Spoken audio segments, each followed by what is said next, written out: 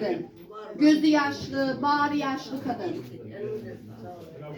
Daha küçücük bir kızken gelin edilen kadın.